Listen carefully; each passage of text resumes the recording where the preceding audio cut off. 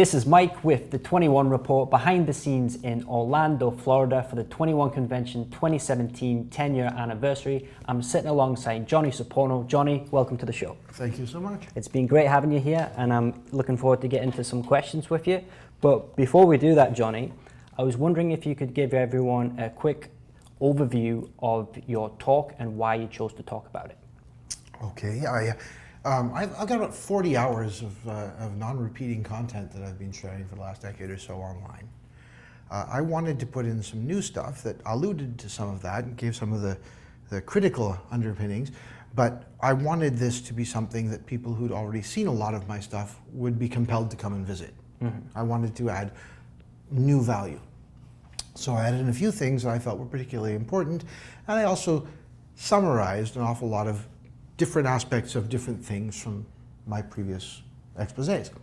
So an easy way to say it is I wanted to cover, firstly, the notion of what successfulness is. Because as far as I can tell, successfulness is the most compellingly attractive characteristic anyone can have.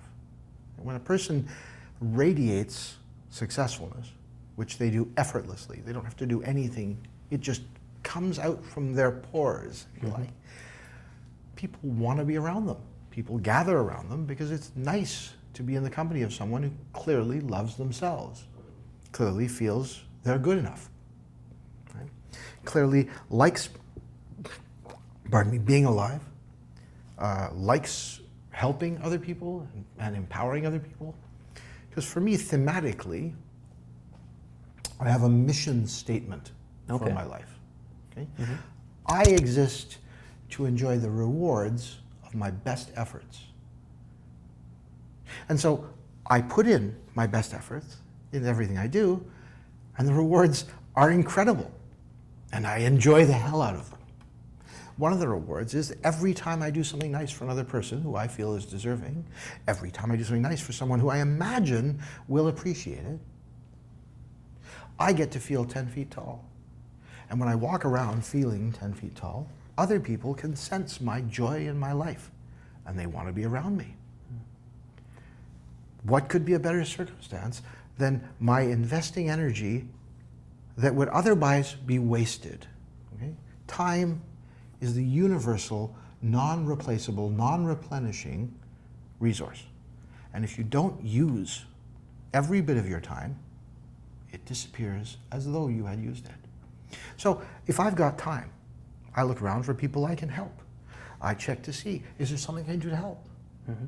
If they say no, I accept that. I recognize that. I say, okay, well, let me know if you change your mind, and I walk away feeling good about myself for at least demonstrating to them they're not alone. There are, in fact, people who would be happy to help, not for the ego rush that they feel they could get, not because they want to make the person they're helping feel diminished, but just because they have the time and the availability. If they do wish my help, I'm happy to do it. I don't need any reward from them. Just knowing that they'd like it means we have a contract of appreciation. I'll do what I can do to help. They'll appreciate my making the attempt. I feel good about it. I walk away feeling like a king. Everyone responds to me positively. Everybody wins. Exactly, yeah. So one thing men come to you looking for help with this is their success with women. What's the biggest mistake you see most men make? Wow, that would be a challenging one. Why don't I start with a couple of the fundamental mind frames, a couple of fundamental ways that men absolutely self-sabotage. Any man who thinks that there's a battle of the sexes starts out from a losing position. Okay? We would not exist as a species if the males and the females weren't meant to get together. Okay? Yeah. Before we had language, before we had status, before we had possessions, no one had to be a show-off in order to get laid. The women would decide that they wanted to be fertilized now. They'd look around for a guy who was prepared to come over and do the job. And then after he was done, had done his little rutting, passed out, they'd go off and find the next guy to do the job. Now we've built up this huge thing where the idea that a woman would possibly ever have sex with more than one person is an atrocious idea. Oh, how awful. instead of recognizing that that's what women evolved to do. The idea of sexual exclusivity is purely a cultural one, built when people decided that women, like land, could be property. Okay? As soon as you think that women can be property, you basically put your head in the noose, because women can't be and won't be. Even if you tell a woman, you have no choice but to do exactly what I want you to do, and that's what it's going to take for us to stay together, the girl will treat you exactly the same way she did to her father. She's going to recognize you as her sponsor, right, her safety provider. She's going to love and appreciate you the same way she did Daddy. And just like with Daddy, she's going to know that what you don't know won't hurt you. Just like what Daddy doesn't know won't hurt him. So, Johnny, what is your take or your philosophy on monogamy? I looked up monogamy in my family dictionary, and the closest thing I could find was some kind of wood. It was very expensive, but apparently, if laid properly at the outset, you could walk all over it for the rest of your life. I've basically realized that was true for most partners in most relationships. If they were laid properly at the outset, their partner could walk all over them for the rest of their lives. I look at monogamy as an extremely unhealthy paradigm. But I don't believe that everyone is cut out to or interested in having lots of partners. But monogamy, as usually described, involves a contract that starts out with this premise: I will grant myself to you, in exchange for which you will grant yourself to me, exclusively, with no competition. How long do you imagine it's supposed to take when two people have both been granted to each other before one or the other of them begins to feel taken for granted? Since, after all, that's exactly what's going on. So we have this problem. The warning is right there on the label. When you grant yourself to someone else, it's basically saying, okay, baby, what's your favorite food? Lasagna? I make the best lasagna you've ever had. And I'm going to make it for you for breakfast, lunch, dinner, midnight snack, anytime you want. You have as much lasagna as you want. All it requires is you never, ever have anything else. Right?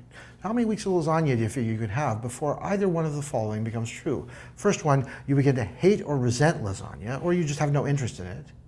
Or you start to look at lasagna, no matter how well it's made, or no matter how much extra effort I put into making it for you, and it still just becomes food, fuel. Right? So how long is it going to be before pizza starts sounding incredible, right? Kentucky Fried Chicken, I'm all over that action, right? So to try and throttle a person down and keep them from having the experiences they like sounds like a pretty sure recipe for building up resentment, hostility, and disgust. My take on it is a good relationship, a mature relationship where people love one another, each one understands that the joy and happiness of the other is intrinsic to their own, necessary. In my own primary relationship, I've been with Violet now for 13 years. She's my very best friend and my most favorite lover, and she's incredible. Brilliant, funny, sexy as could be. I still check her out every time she walks past me in the room because she's gorgeous. And I'm not just saying that. Anyone who wants to find out can find her. She's still online as a professional webcam model in the erotic costume play arena. She goes by anime cosplay. And she's stunning and brilliant and charming, and men love her. And so do women. She's got a huge fan base. Interesting thing about her is she wants me to feel vibrant and alive and sexy and powerful. When we first hooked up, I was vibrant and alive and sexy and powerful. And if I left the house to go out and find someone to go to bed with, within a couple of hours, I would be deeply into someone's flesh, and she would know that this was true, and it would delight her that I could do that. And here we are 13 years later, and she knows that if I go out, the odds are very good I'm going to be with somebody else, but I also know exactly where home is, and I know exactly why I'm going home. She encourages me to have all the fun I can and wants to hear about it. So we're a team sharing and encouraging one another all the time, whether we're together or not. If she says, I'm going to go out with a bunch of the girls in my knitting circle, we're going to go see this new chick flick, I say, knock yourself out, babe. Have a great time. I'm really happy you're doing this. Anything I can do to help, let me know. I'll be happy to come pick you up afterwards. And thank you so much for not requiring me to come and participate. Right? Same as if she said she met this death metal band, and she's going to be a centerpiece for the bukkake orgy. I say, knock yourself out, babe. Really glad you're doing this. This turns you on. Knock yourself out. Let me know if I can pick you up. I'll bring you some toothpaste and a toothbrush. I'll pick you up, and I'm so glad that you don't need me to participate. Right? But by encouraging her to live the biggest life she can, there's no part of her that thinks that she's constrained in her world. Now here's the kicker. Most girls, when they meet a guy who's masculine, dominant, powerful, effective, and they know he's the sort of guy who could have any woman he wanted, they think, I better lock him inside, because if he gets out, he might run off. They all start with this premise that jealousy is valuable, that jealousy is good or right or reasonable. Jealousy isn't even a natural emotion. It's a compound emotion. The primary emotion of jealousy is fear, fear of loss. And it's compounded by rage, rage at having to feel that fear. So jealousy is your ego screaming at you that if you gave your beloved the right to choose, she wouldn't choose you. Now think about that for a second. If your beloved wouldn't choose you, why in the world would you want to lash her to you? Wouldn't it be the worst thing in the world to have her miserable? Because if you need her to be happy in order to feel good, you won't feel good either. So instead, I look at it from the exact opposite position. Baby, do whatever it takes for you to feel vibrant and alive, and recognize that even if you found someone who was amazing, in order for him to be as amazing as me, he would also not have to have a problem with my continuing to exist in your life. Yeah, totally. So, Johnny, this was your first time speaking at the 21 convention. It's Obviously, true. you've spoke to a lot of different events. How does this event compare to previous events? It was very well organized. There have been a bunch of times when people have said, why don't you speak at the 21 convention? Going all the way back to when it was the under 21 convention. It wasn't because of its being in Florida or whatever, it was just, it didn't seem to be a fit at the time.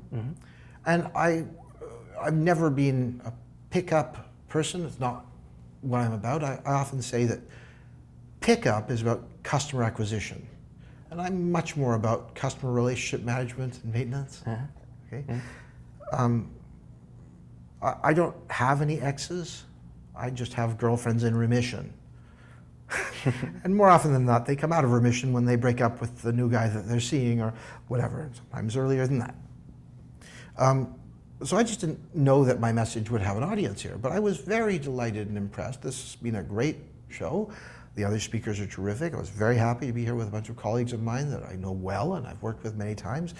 Zan Pirian's here, Hypnotica, Eric von Sydow's here, Alan Roger Curry's here. I've been on the road with these guys internationally many times. It's a joy to hear as they up their game and bring the news. Yeah. And each one of us is here with the same objective. We want to spread the word, knowing that eventually that word, for the people who listen to us, will become legs. So before we kind of wrap this whole thing up, Johnny, if people want to find out more about you, more about your work, more about your workshops and seminars, where's the best place they can go? Well, I try and keep a very low profile. Okay. Actually, the easiest thing to do is, if you just look up Johnny Soporno on Google, I'm the only one, but there are about 150,000 pages. You could also go to successfulness.com, which is a trademark that we own internationally. We put on some really excellent workshops ourselves every January. As I say, Alan, or certainly Zan and Brent, and sometimes Steve Pickus or Steve Papolina, Bravo, and Gareth Jones, and sometimes Sasha and other very considerable participants in the community come out and give their very best and hang out for a week and help really reframe people's minds till they can become fundamentally self-accepting and fundamentally happy with going forward, not fighting against their ego, but eventually getting to the point where their ego is their cheering section. Come on, what are you waiting for? From the inside of your head, it's really pretty great when you reach that point. And it's such a joy to offer these events. And everybody comes back year after year. In fact, all of the previous attendees are invited to come back year after year. So it just gets to be a bigger and bigger thing. That takes place every January. We also do bi-monthly weekend-long events, and then of course we do specialized direct coaching for couples and for individuals throughout the rest of the year, usually at our location in Las Vegas. Brilliant. So with that, you can see Johnny's talk first on 21university.com or by clicking the link underneath this video. Johnny, once again, thank you so much for being here. It's been a very great pleasure. I'm glad. So this is Mike with Johnny Soporno signing off for the 21 Report. Thank you.